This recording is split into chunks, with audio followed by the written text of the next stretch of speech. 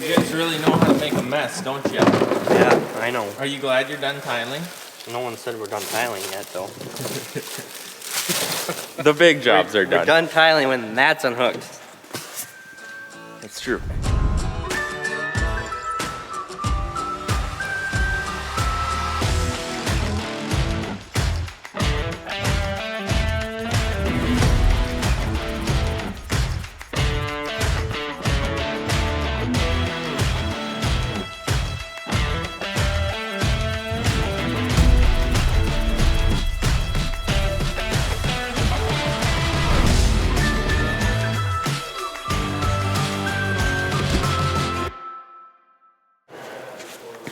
Look at those babies.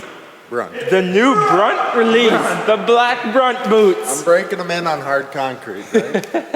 Why has he got my shoes on? Those are mine, Eric. Those are his. He's the only guy with a 13-foot around here. If you have any interest in any Brunt workwear, the link's in the description. And I will suggest the Costello pants for the summertime. They are unbelievable. It's like having shorts on. But nonetheless, today we're kind of done tiling just because we got stuff we have to finish up, and we got 2 days left of good weather, and then it looks like highs of 25, and obviously it's not warm already. So we're going to go do a custom job actually with the excavator, digging in an irrigation line, which I've never done before. None of us have, so it should be an interesting experience. You excited? Don't let me back up. I'm not excited, no. I am not doing this job for the money. Doing it to help a guy out. And he helped us harvest, what, 2-3 years, and done some truck driving, so that is why I'm doing this. I owe him, so I'm doing a little payback.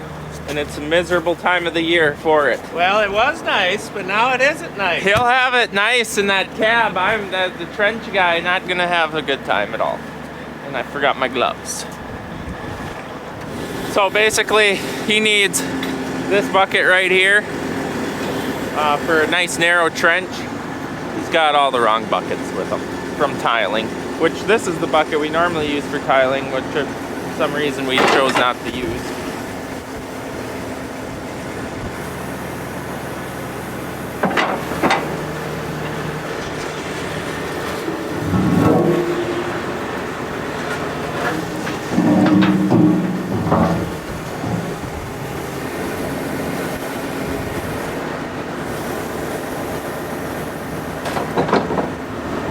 Just like that, we've got the buckets we need and can head down there. So yesterday we wrapped up a pretty big tiling project on the new quarter that Larson's bought, and I am going to go out there and map it. So I've got the old trusty disc to smooth out the tile trenches, and then this tractor's got an RTK globe on it, and as I am working up the lines, I'm going to record them.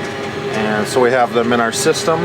Yeah, I'm on the way to the field. It looks beautiful out, you know, besides the fact that it's not green anymore, but it's very cold out there. Very cold. You guys know what this is? That's my empty bag of Lefsa. Mom, it was delicious. I want more. I'm all out. You know, I heard on the radio the average intake on Thanksgiving is 4,500 calories. Now, I don't know if they were referring to just the one Thanksgiving meal or the whole day, but they said Thanksgiving, so I assume they meant the whole day. Now, that's pretty weak. Now, we were talking at the farm. You get that done by breakfast, easily. So, I'm not sure where this survey was done, but don't think it was in the Midwest. Well, I think we're here. I don't know. I've never done this before. I've never been around these things before. Obviously, that may sound like something pretty shocking. I mean, I see them operate, but I know nothing about irrigation. I'd like to have some irrigation. I think that would be cool, but we're just too far away from this area. And our ground, we're generally too wet rather than too dry. Even this year when I thought we were too dry, we still had some very surprisingly good yields. So somewhere we have to dig a pipe for like 1,800 feet. We have to dig the trench. Oh, no, it's tipping over. It's not installed yet.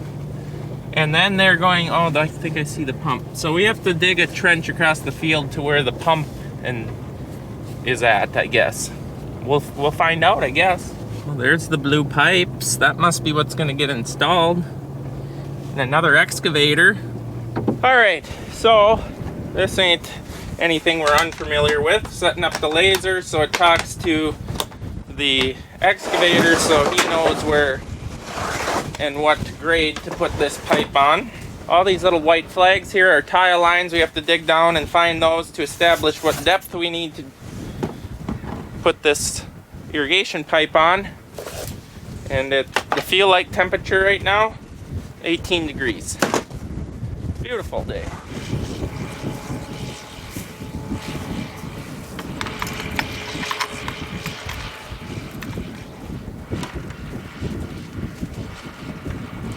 All right, it's cold. So up there is the globe. That's our RTK globe.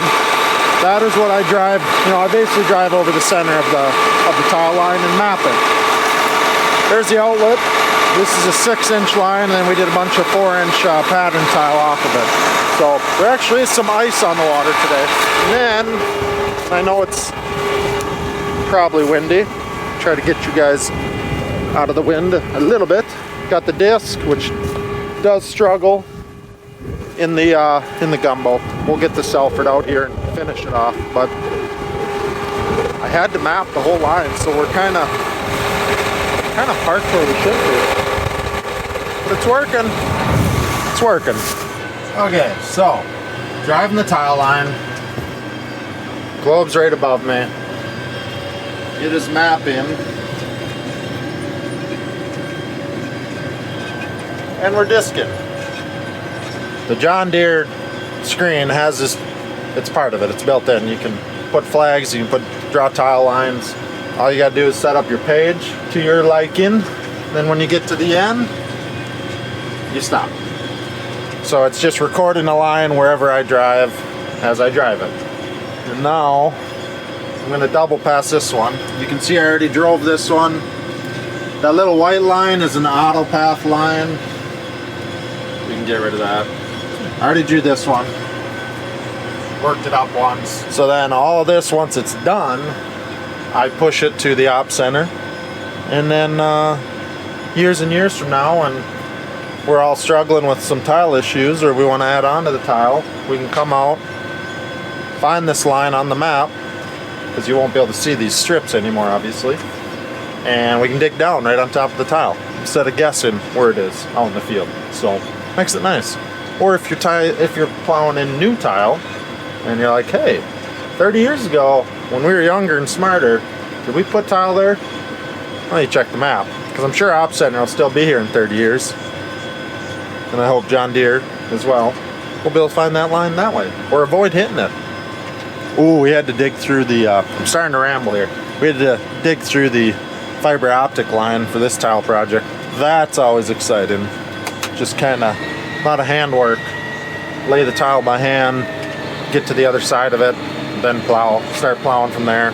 Slower, but very expensive to hit those fiber lines. So, okay, we're getting onto a new line. Lower the disc, record. Oh, super frustrating part about this, if anyone knows how to avoid it. That little flag and then the other flag that popped up when I started recording, for whatever reason, it does that. When I record a tile line, it puts a flag on the map at each end of the tile line, or where I start and stop recording. And then when you come back in the fall harvest and you're in standing corn and you're like, hey, there's a flag on the map. There might be an inlet. And I have to get out as a grain car driver and go look for a flag, an actual flag in the field.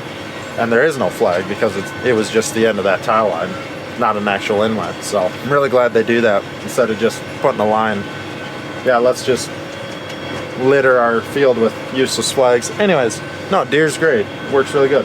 So yeah, you guys kind of maybe see these ridges. We pattern tiled this low spot. Always an issue.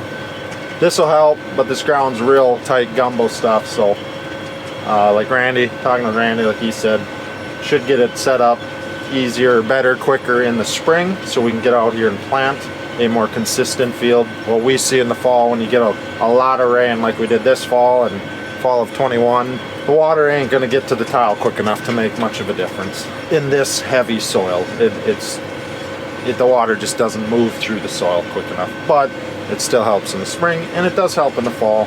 Just not much you can do with this kind of stuff. I believe we pattern tiled about every 50 feet, give or take, so water doesn't move 50 feet in this area, but it helps. Everything helps. I don't know if you guys can hear the squeakiness of the disc. I think I got a bearing going out. It's okay. She doesn't have many acres left on her. So obviously it's been a couple of hours. We got a plan established and we are executing the plan. So that is the pump, which I believe he said does 800 or 900 gallons per minute. It feeds an irrigator over there. We are heading this way towards the new irrigator. The pump is going to service both. I imagine separately, like run one, turn that one off, change some valving, go to the other one. That's me assuming. Once again, I don't know anything about what's going on here besides we're laying pipe, which makes sense to me. So we are going from the well, we're going downhill, and then we're gonna hit a ravine where we have to kind of follow the grade of the ravine. That'll be the low of the pipe. So we want all the water for winterization to run to the low spot, and there'll be a pump out where he can pump it out when winter time comes. And then from that low spot, we might be going uphill to the irrigator, I believe, if that makes sense. And then the water is going to run both ways to that low spot, so they can pump it out, winterizing the whole system, because obviously it's cold and it's going to freeze this deep, believe it or not. We'll get 3 or 4 feet of frost. I believe we're about 36, 38 inches deep. Well, when we started, I think we're getting deeper now, actually. And I don't know if you can tell, the ground here, it's crazy. I've never seen anything like it. It's gravel. It's straight up sand. Unbelievable. No wonder it needs an irrigator. There's like black dirt to there, somewhat of a little clay substance, and then just all gravel. Like, it's beautiful being the trench boy. You can just, instead of shoveling, you just do that. A lot different than the stuff we got, I'll tell you. The only concern I have is when we get down into that lower area, the possibilities of a trench cave-in is high if we start getting water table issues coming into the trench.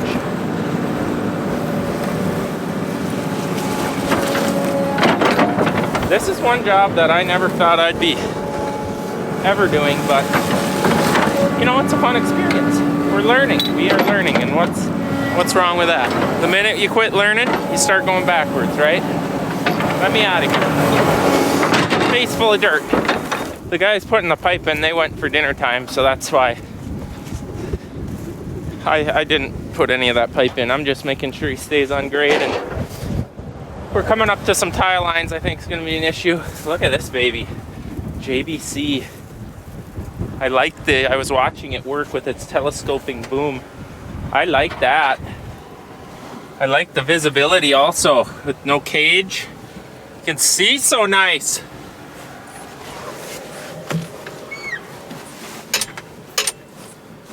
Yeah, I like it. I can also quickly tell you right now, there's not a chance in the world we're getting this done today. Oh my. I think we've gone like 400 feet and it's past dinner. And we've got 2,000 to do. Okay, see the inlet? Drive up on top of it, get the globe on top, so I'll move ahead a little more. Put your flag on the map, that's marked. We're also out here making dikes. This is a smaller one here, but the whole goal is, you know, to try to get out of the wind. The whole goal is, instead of that water just running down this natural kind of ditch or drainage, we'll dike it up right at the inlet, try to get as much water as we can in the inlet to avoid erosion and everything else that you don't want with water on top. So let's go back inside, because this is very cool. There's gonna be dikes. I think we got 3 made today. Chris and Brody just left with the backhoe and the Bobcat. They were finishing up the outlets as well. They made 3 dikes. There's 1 dike that we need to put in down there where it is a massive valley in the field.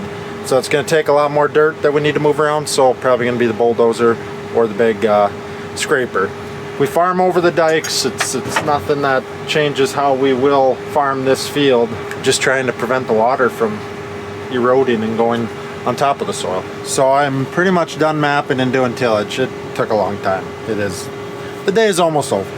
But I wanted to show you guys, so you can see the pattern tiling that we all did. This bottom corner would be where one of the outlets are. And then what's really nice is to get this info to the op center with these tractors. They can send it through the cloud wirelessly. Don't need a USB no more. So system, file manager, export, custom to the op center. The field that I am in right now, next. And then you go into this setup data and turn on just flags, which is both the inlets and the tile lines I did. And next. This is new to me. This screen is a version newer than 20/3, so I'd assume that's all it's wondering about, but export. I did see that they're getting rid of the Apex ability in my op center. It won't read Apex files or something starting next year at some point. Hope I didn't just cause someone a lot of worry, because I don't fully understand what they're all doing. I just seen something online. So you've been warned, but not by someone who should have warned you. Okay, it is exported and that'll show up on our phone shortly, which is cool. So I'm heading back to the farm. So I haven't even made it halfway back to the farm yet, and look what showed up on the phone. You can see the inlet flags out there are mapped too. On the phone it don't show all the extra flags. Wish that's how it was on the tractor display, but yeah, pretty simple. So that's mapped, never to be lost again, right? And then just like that, the day is over. You survived, Duggo. My nerves are a little very stressful. Very stressful. It's everything that a person just hates. Working with people that you don't know, and then you feel judged the whole time. Yeah, they do, but then they caught you with the pipe, or I guess we all kind of caught you, and then he had an audience of 4 guys standing and watching him dig. It was quite enjoyable. Yeah, I've done better, but at this time of the year, the sun is very low, so it comes right in the windshield of the excavator. Had to have the window open. Sun comes in the side of my eyes. I believe it's something to do with the age I am, but you young guys, you will know it when it happens to you, but it's going to be too late when it happens. But the sun coming in, let's just say I'm lucky the trench was to the quality that it was, because it was a lot of squinting. I could see you squinting a lot, and I thought I should maybe give you my sunglasses, but then I remember that you hate sunglasses. It was so bad that I actually put my glasses on to see if that helped. No, that don't help. No, glasses are pointless. Just go blind. Well, just go by feel. But I used to could feel that excavator bucket. It's just all different. Well, this was very different ground than what we're familiar with working with. So normally the ground is pretty firm where you can feel what's going on with the machine, and it's so soft that it just jams right down in 3 inches. Sand and gravel and little clay every once in a while. It's very strange. The job is okay. I believe the job is okay, but it just didn't look like it. I'm used to it looking like it. I'm glad it's over. You want to go do custom excavating every day of your life? No. I don't think so. Me either. Not to mention the wind got face burn from the wind of 30. Face burn. What is wind burn? Wind. Yeah, I feel that. Do you think people from down south even know you can get? It's like sunburn, except it comes from freezing temperatures with a 15, 20 mile an hour wind burn. It's like frostbite. You'll go home at night and you'll look like you've been in the sun all day long. Gotta see it to believe it. Just like that big sow that laid outside all afternoon on the first nice warm day. Come up in the evening and they're all pink. Look like a big pink balloon. Oh my. Okay, I'm going to bed now. All right. Well, I think you get the gist of that, and we're gonna call it quits for the day. He did do a really good job. I like to laugh and poke the bear because it was quite comical, but he's doing a good job. We're getting her done. Anyways, thanks for watching. We'll see you in the next video.